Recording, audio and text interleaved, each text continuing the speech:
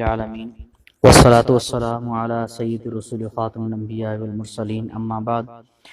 ان عائشہ رضی اللہ تعالی عنہ ان رجلا قال النبی صلی اللہ علیہ وسلم ان امی افتلتت نفسها واظنها لو تکلمت تصدقت فهل لها اجر ان تصدقت عنها قال نعم بخاری مسلم۔ ام المؤمنین حضرت سیدہ عائشہ صدیقہ رضی اللہ تعالیٰ عنہ فرماتی ہیں، ایک شخص نے آپ صلی اللہ علیہ وسلم سے دریافت کیا کہ اس کی ماں کا انتقال ہو گیا ہے اور میرا خیال ہے کہ اگر وہ بات کرتی تو خیرات کرتی،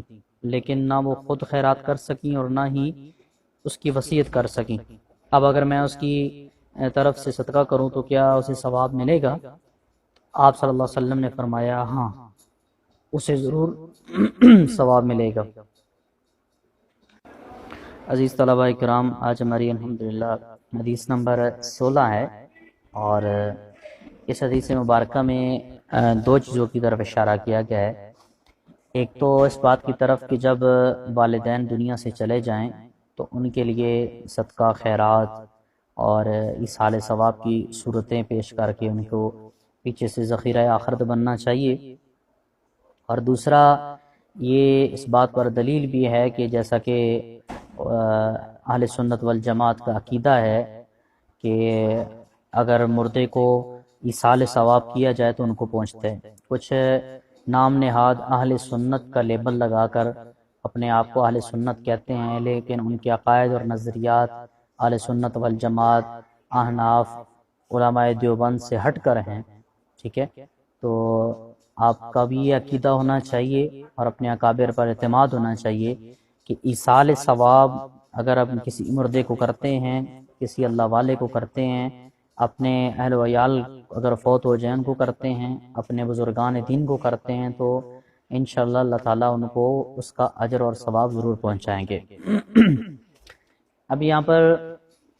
یہ بات سمجھے کہ جب بندہ مر جاتا ہے، دنیا سے چلا جاتا ہے، تو سب سے پہلا جو اس کا ٹھکانہ ہوتا ہے وہ قبر ہوتا ہے۔ تو قبر میں جو جاری اور نفع بخش جو امور ہیں، اور قبر کے زمانے میں نفع پہنچانے والے امور دو طرح کے ہوتے ہیں۔ ایک تو وہ خاص اعمال صالحہ جن کا ثواب مرنے کے بعد بھی جاری رہتا ہے،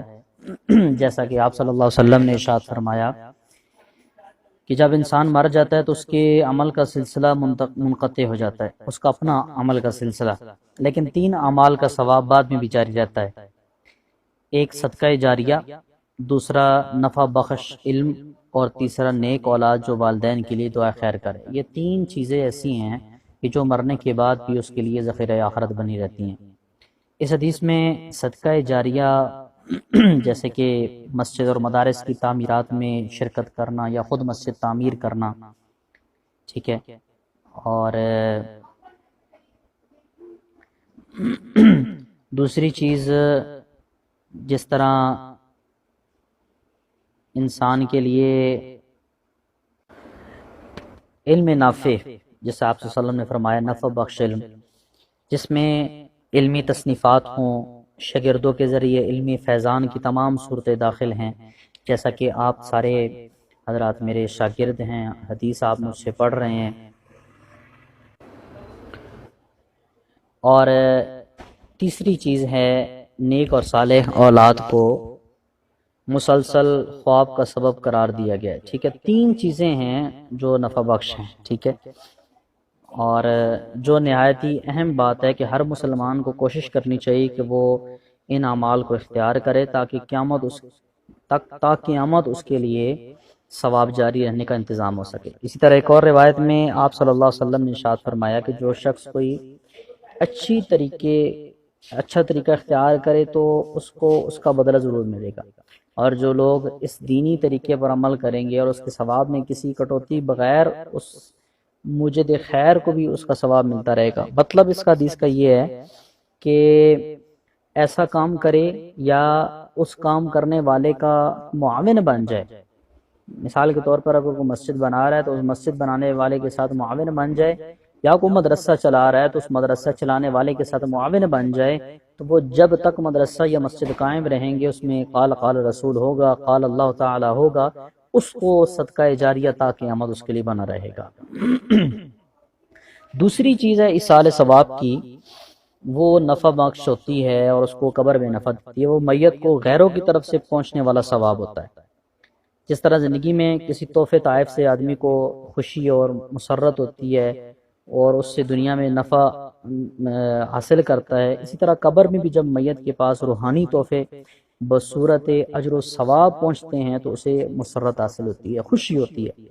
اور وہ ان تحائف سے لطف اندوز ہوتا ہے۔ دعائے خیر، صدقہ خیرات، حج کا ثواب میت کے پہنچنے پر، اس ساری چیزوں پر امت کا اتفاق ہے۔ جیسے کہ علامہ شامی رحمۃ اللہ علیہ نے البحر الرائق اور بدائع ثنائے کے اندر یہ نقل کیا ہے کہ جو شخص روزہ رکھے یا نماز پڑھے یا صدقہ دے اور اس کا ثواب دوسرے مردہ یا زندہ شخص کو پہنچا دے تو یہ جائز ہے۔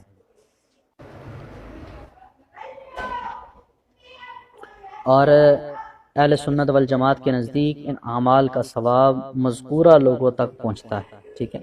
بہرحال میت کو ثواب پہنچانے کی فکر کرنی چاہیے، تاہم اس میں کسی عمل یا کسی وقت کی تخصیص نہ ہو، بلکہ جب موقع ہو، جیسی ضرورت ہو، ثواب کی نیت کر لی جائے۔ مثلا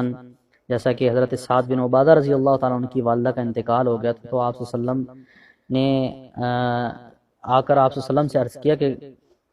حضرت میری والدہ کا انتقال ہو گیا تو ان کے لیے کون سا صدقہ افضل ہے؟ تو آپ صلی اللہ علیہ وسلم نے فرمایا کہ پانی، یعنی ان کی طرف سے عام مسلمانوں کے لیے پانی کا نظم کر دیا جائے۔ چنانچہ حضرت سعد بن عبادہ رضی اللہ تعالیٰ عنہ نے ایک کنواں کھدوایا تھا اور پھر اعلان کر دیا کہ اس کا ثواب ان کی والدہ ام سعد رضی اللہ تعالیٰ عنہ کے لیے ہے۔ مسند احمد کی روایت ہے۔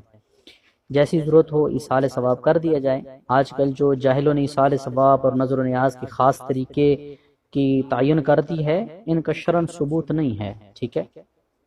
جیسے کہ 30واں، 10واں، 40واں، 13واں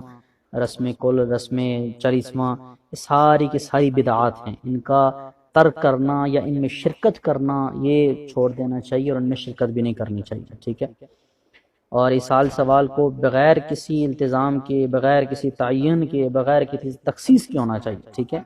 بعض مشائخ اور علماء نے قبر پر حاضری کے وقت بعض صورتیں، مثلا سورہ یاسین، سورہ فاتحہ، سورہ اخلاص، سورۃ تکاثر وغیرہ پڑھ کر ثواب پہنچانے کی تلقین فرمائی ہے، لیکن ان سوروں کی تعین بھی لازم نہیں ہے، بلکہ کوئی صورت بھی آپ کو آتی ہے قبرستان میں جائیں تو اس وقت ان کے لیے ایصال ثواب کر دیں۔ قبرستان میں اگر نہیں پہنچ سکتے،